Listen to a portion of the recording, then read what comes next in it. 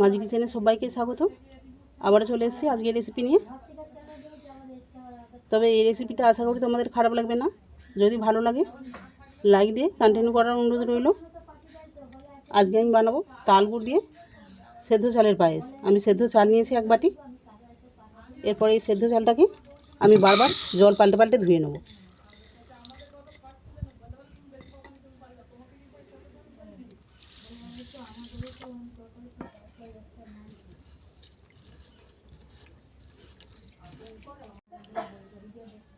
দেখো চালটা আমি জল পাল্টে পাল্টে পরিষ্কার করে ধুয়ে নিয়েছি। এরপর নিয়ে নিলাম পরিমাণ মতো জল।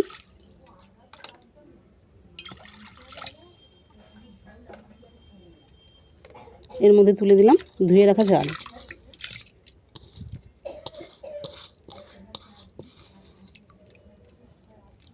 চালটাকে আমি ভালোভাবে সেদ্ধ করতে দিলাম। চালটা অর্ধেক সিদ্ধ হয়ে যাওয়ার পর দেখো অর্ধেক সেদ্ধ হয়ে গেছে। দিয়ে দেবো তেজপাতা।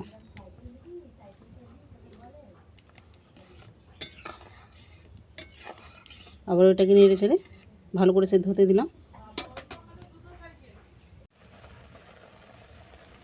এরপর দেখো চালটা ভালোভাবে সেদ্ধ হয়ে একটা আঠালো ভাব চলে এসেছে।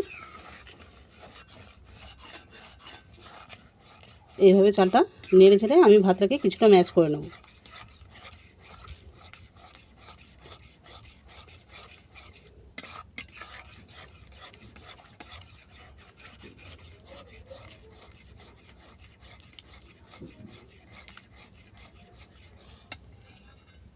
দেখো ভাতগুলো অনেকটাই ম্যাশ হয়ে গেছে।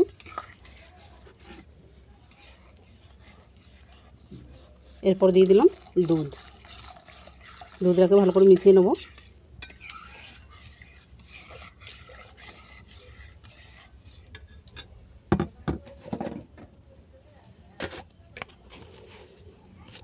দিলাম স্বাদ মতো নুন।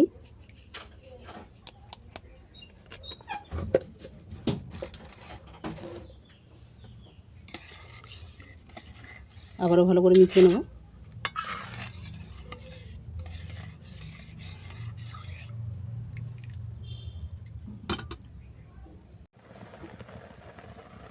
দুধ ভালোভাবে ফুটে যাওয়ার পর দিয়ে দিলাম তাল গুড়।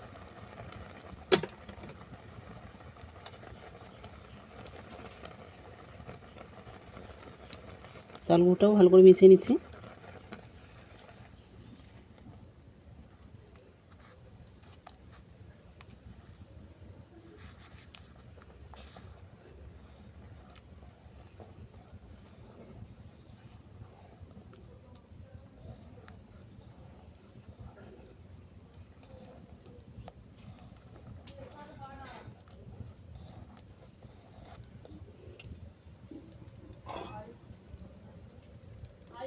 এর সঙ্গে দিয়ে দিলাম কোরানো নারকেল।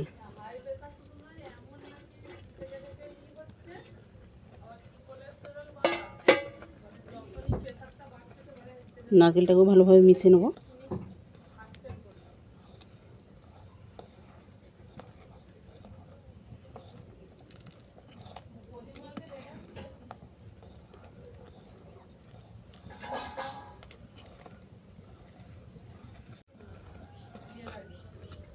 এই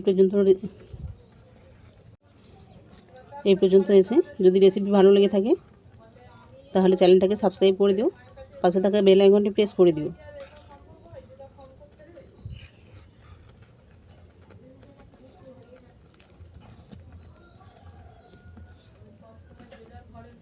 দেখো অনেকটাই গাঢ় হয়ে গেছে। আরও ফুটিয়ে একটু টাইট করে নেব।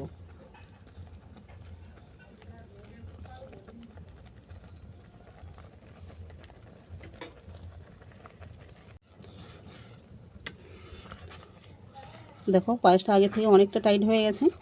এর থেকে আর বেশি টাইট করব না, কারণ সেদ্ধ চালের পায়েস এর থেকে টাইট করলে চাপ কাটতে শুরু হবে।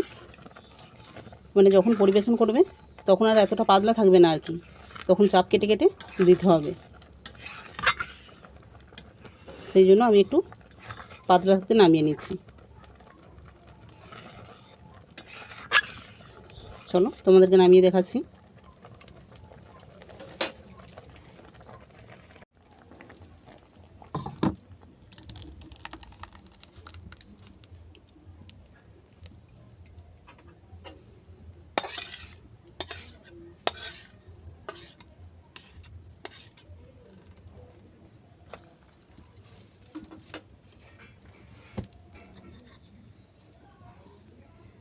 এরপর গার্নিশের জন্য দিয়ে দিলাম কোরানো নারকেল।